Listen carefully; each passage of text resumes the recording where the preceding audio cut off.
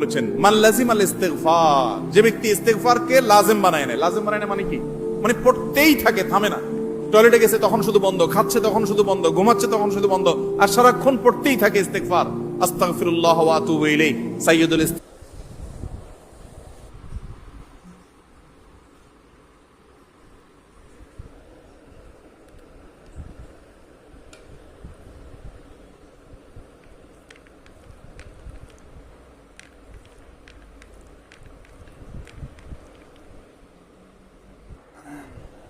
কত লাভ দিছো তুমি আমারে?